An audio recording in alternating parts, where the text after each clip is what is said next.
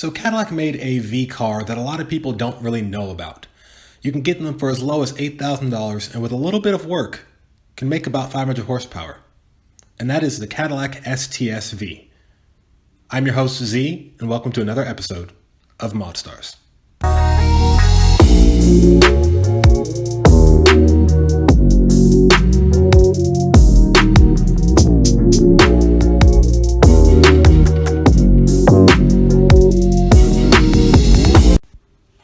Hello everybody and welcome back to another episode of ModStars. Again, I'm your host Z. If you're new anyway, welcome. Please subscribe. If you're not new, welcome back. Make sure you're subscribed. After this video, and I'll make a post about it too, I'm going to start making shorter, more to the point videos. I'm going to try to get this stuff down about 4 minutes or less. I noticed that the watch time of my videos are about 3 minutes, 50 seconds or so, and these are like 15-minute long videos. So I'm going to try to get all the important stuff into a short amount of time, just get straight to the point and not just do the cool stuff like, oh, here's the car, here's the mods, there you go. No, I'm going to cover mods, common problems, how to fix them, and then the mods. So yeah, car, maintenance, reliability, and then upgrades. So anyways, for now, let's talk about the STS V. I've only seen two of these in my life. I just saw a clean STS last week. Just a regular STS. It was like probably an 09. I mentioned to the owner. He was happy and probably proud that he had one. I knew what it was as well. He loves the car. The reason why I think these things go anywhere from 8,000 to 20,000 or anywhere between now is because it's not a popular Cadillac V car, number one. Number two, probably more so number one, it's a Northstar V8, not an LS-based engine, not an LSA, not an LS1, nothing.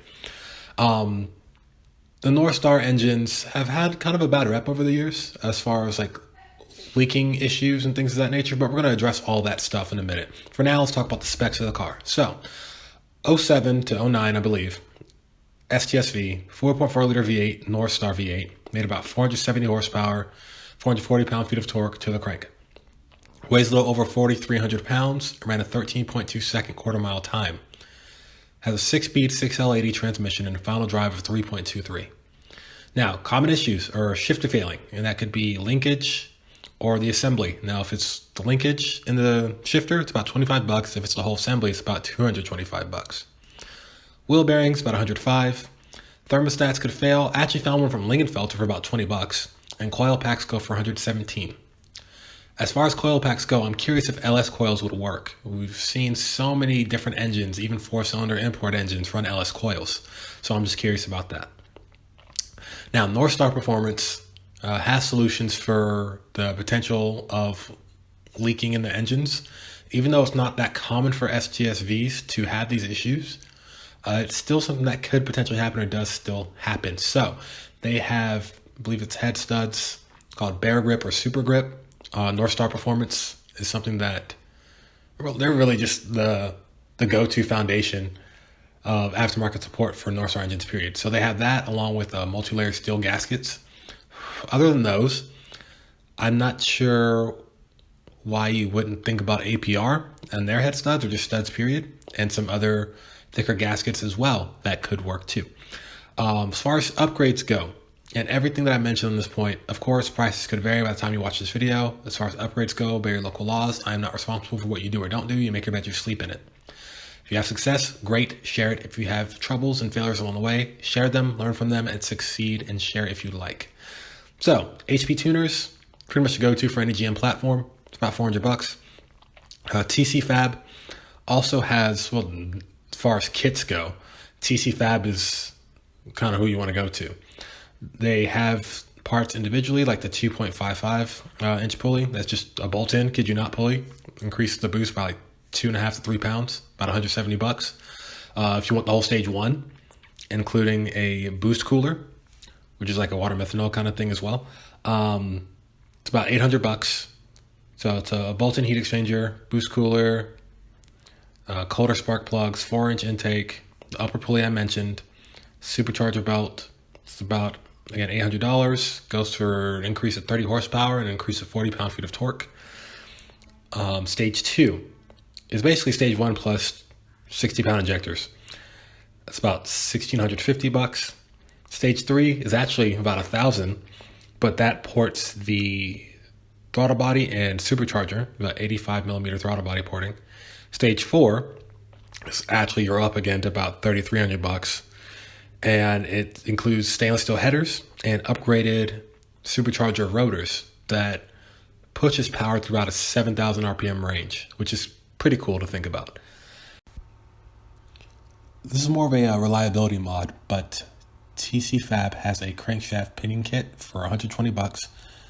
And what this does is pins the crankshaft and the harmonic balancer together with a steel pin to keep the harmonic balancer from spinning on the crankshaft in a higher horsepower application, preventing damage.